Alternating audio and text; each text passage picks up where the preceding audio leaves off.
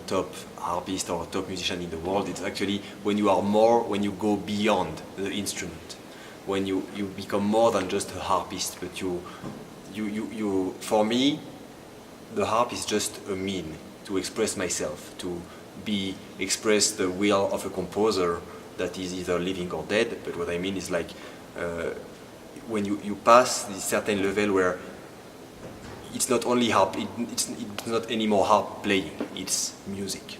And I think that's the only answer there is. It's like it's the goal of every musician.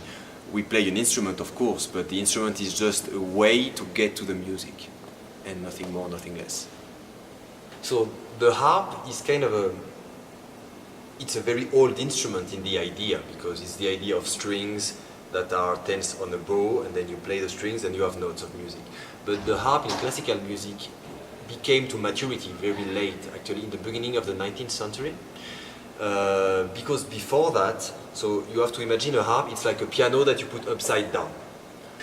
So they had to imagine a way to reduce the number of strings on the harp so that you could have approximately the same range than a grand piano, but within reach of your arms.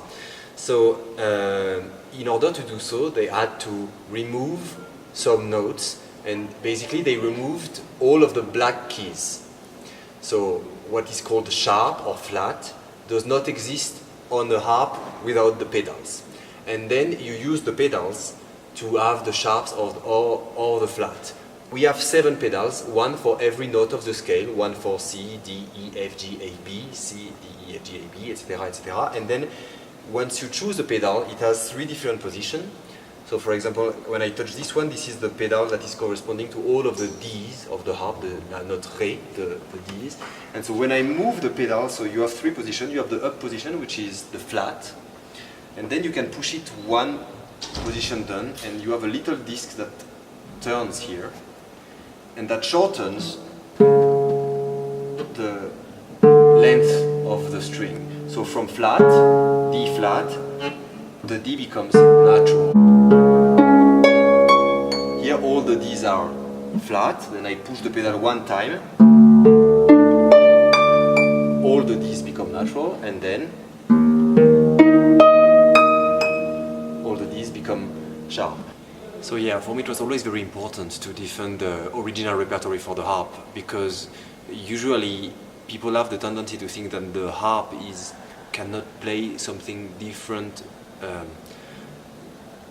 than transcriptions from the piano music or things like this. And also because to address the audiences or the public, we need to be able to play things that they know, they are familiar with. So the transcription of course has to be played, but for me it's very important to defend our repertoire, because it's the thing that is the best written for the instrument.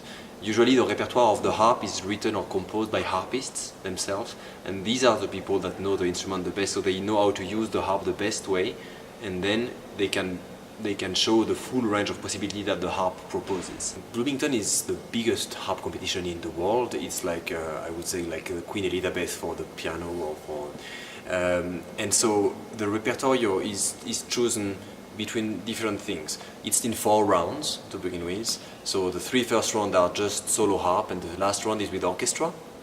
And so they choose the repertoire regarding different things. So usually you choose from a list, and you have different time periods, because it's important to show what you can do in different styles. So you have a list of Baroque pieces, you have a list of Romantic works, and a list of more modern works, sometimes like either early works from the 20th century or then contemporary music. We have standard repertoire for orchestra and harp, like the Handel concerto is super well known, or we have also the Debussy dances for harp and string orchestra that are kind of well known too.